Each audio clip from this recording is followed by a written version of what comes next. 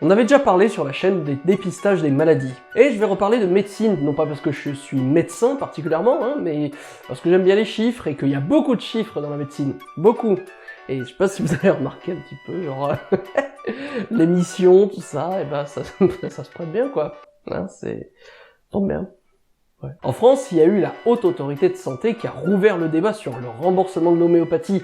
Elle a procédé à des évaluations, et aujourd'hui on va s'y intéresser un petit peu à qu'est-ce que c'est ces évaluations, mais en tout cas c'est prononcé contre. Alors bon, en ce qui concerne l'homéopathie, moi je trouve qu'il n'y a pas de débat en fait, mais par contre, arriver à discerner le véritable effet d'un médicament sur une maladie, ça fait appel à tout un tas de concepts très intéressants. Alors si vous le voulez bien, mettons-y des chiffres.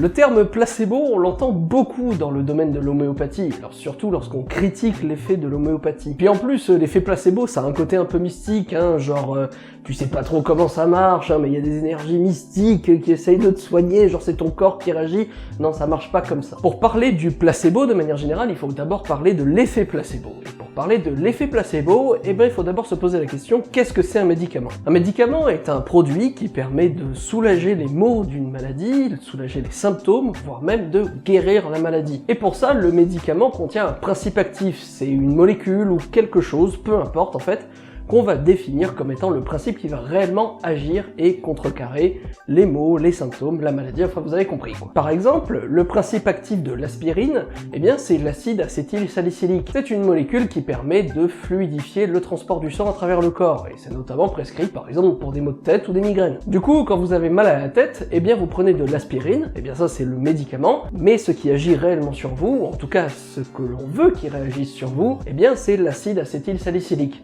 Ici, le principe actif. Et par contre, dans le cas d'un placebo, eh bien, il n'y a pas de principe actif. Non, en fait, le but, c'est de donner une substance inerte. Typiquement, le premier placebo auquel je pense, là, bah, c'est du sucre. Bon, là, vous vous dites que ça commence à puer un peu, hein, genre, guérir avec des sucrètes, ouais, ok, d'accord, ça tout va bien, hein.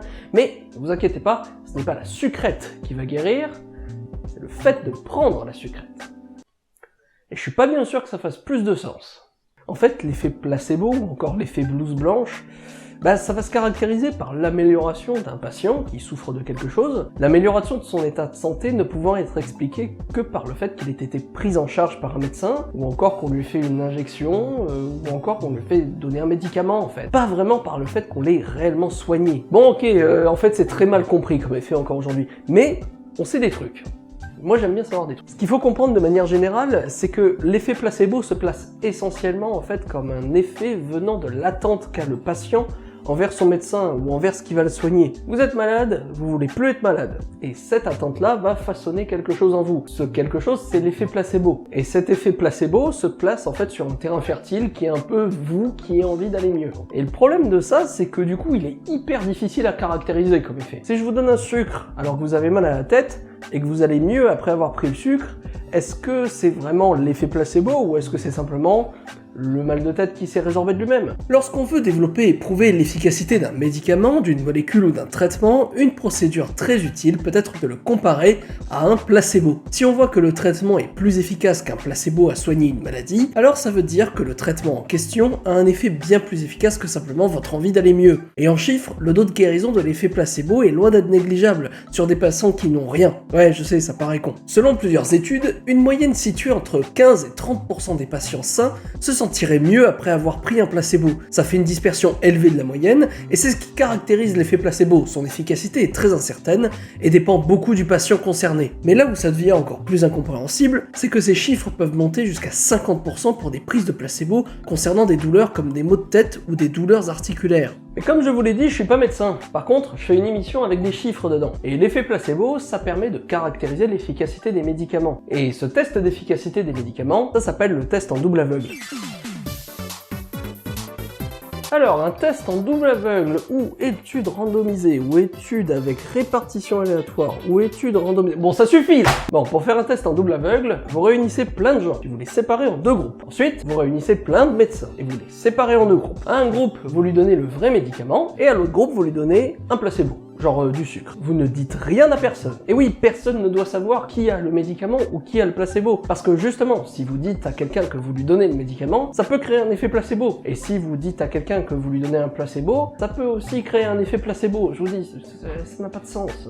Et puis même, parfois, si vous donnez le médicament à quelqu'un en lui disant que vous avez le médicament, bah, ça peut créer un effet nocebo, comme un effet placebo, mais en pas bien. Mais quoi qu'il en soit, ce qu'il faut retenir absolument, c'est que ce test en double aveugle permet d'évaluer une efficacité relative. On évalue l'efficacité du médicament par rapport au placebo, en fait. Aucun traitement n'est 100% efficace face à une maladie, mais en même temps, la guérison naturelle n'est pas non plus quelque chose d'efficace pour combattre une maladie sur toute une population. Pensez à des maladies extrêmement graves, comme le cancer ou les infections sexuellement transmissibles. Le tout, encore une fois, c'est d'étudier suffisamment de cas pour ne pas tomber dans un biais statistique. Pour faire simple, parce qu'il y aurait beaucoup de choses à dire sur ce qu'est un biais statistique courant dans ce genre d'études, c'est de tomber dans l'erreur de mesure. L'erreur de mesure, c'est croire qu'il y a une variation, alors que tout simplement, eh bien, ça vient de la mesure en elle-même, elle n'est pas tout à fait juste. Et pour éviter cette erreur de mesure, eh bien, on va juste répéter la mesure sur plein de personnes. Du coup, c'est des études qui sont longues, c'est des études qui sont chiantes, mais c'est pour votre bien, alors vous dites rien. Bon, cette vidéo, elle est censée parler d'homéopathie, et puis les gens, ils vont commencer à voir que je suis en train de meubler. Hein? L'homéopathie a été inventée par Samuel Hahnemann, où il commença à la pratiquer en 1800, et il la base sur le principe suivant. On peut soigner quelqu'un en diluant très fortement un produit dans de l'eau si l'administration de ce produit se caractériserait par les mêmes symptômes que la maladie traitée s'il était beaucoup plus concentré. En gros, dans le plus grand des calmes, le mec nous dit que si on dilue très fortement du sucre dans de l'eau, il est possible de guérir le diabète, puisqu'une grande ingestion de sucre peut créer un dérèglement du foie et donc induire une forme de diabète. Soigner du diabète avec du sucre. Puis attention, faut voir la dilution, parce que le mec a inventé une unité rien qu'à lui, la centésimale hahnemannienne. C'est deux mots compliqués pour dire que c'est dilué 100 fois. Je vais essayer d'être le plus clair possible là-dedans. Alors imaginons 10 grammes de sucre dans 1 litre d'eau. Si je dilue ça 100 fois, ça veut dire que je prends 10 ml de ma solution de sucre dilué, et je la mets dans 990 ml d'eau. Je crée une deuxième solution qui est 100 fois moins concentrée. La concentration est alors de 0,1 g par litre de solution. On sent que ça va aider à soigner, Mais on va encore plus loin avec cette unité, puisque une concentration assez courante dans l'homéopathie, c'est être à 12 CH. Donc il faut diluer une solution au centième 12 fois. En résumé, ça veut dire qu'il faut diluer la solution 100 puissance 12 fois, soit la diluer 1 million de milliards de fois. Et c'est là que le bas blesse, parce que on peut se dire, ouais, mais ça doit être possible de soigner le diabète avec du sucre, même s'il reste pas grand chose, il doit rester quelque chose, Putain, je me sens tellement sale de dire ça. Laissez-moi vous parler d'Avogadro. Amedeo Avogadro est un pilier de la chimie parce qu'il a réussi à compter le nombre d'atomes présents dans des gaz en introduisant une unité appelée la mole, qui représente la quantité de matière contenue dans un corps. Je rentrerai pas dans les détails de ça parce que ça mériterait une vidéo à part entière et c'est une unité qui est extrêmement intéressante, mais ce qui va nous intéresser, c'est le nombre d'Avogadro. Ce nombre caractérise le nombre de corps, soit d'atomes, de molécules, qui est contenu en fait dans la quantité de matière que l'on va étudier. Donc si on en revient à notre calcul précédent, eh bien, littéralement, à la fin de toute cette dilution, il n'y a plus de molécules de sucre. Ouais, non, je suis désolé. Je suis désolé. À la base, cette vidéo devait être une vidéo qui parle de l'homéopathie et comment on devait la traiter, mais c'est trop creux, putain. Y a rien.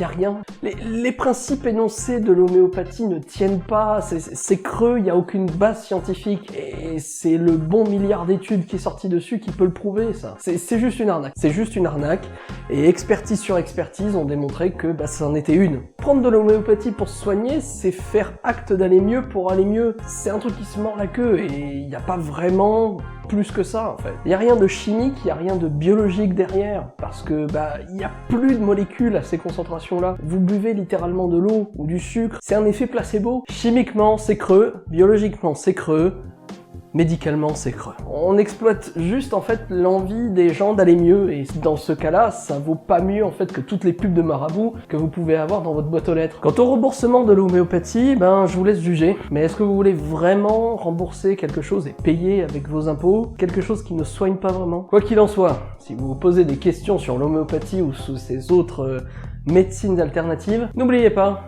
mettez-y des chiffres.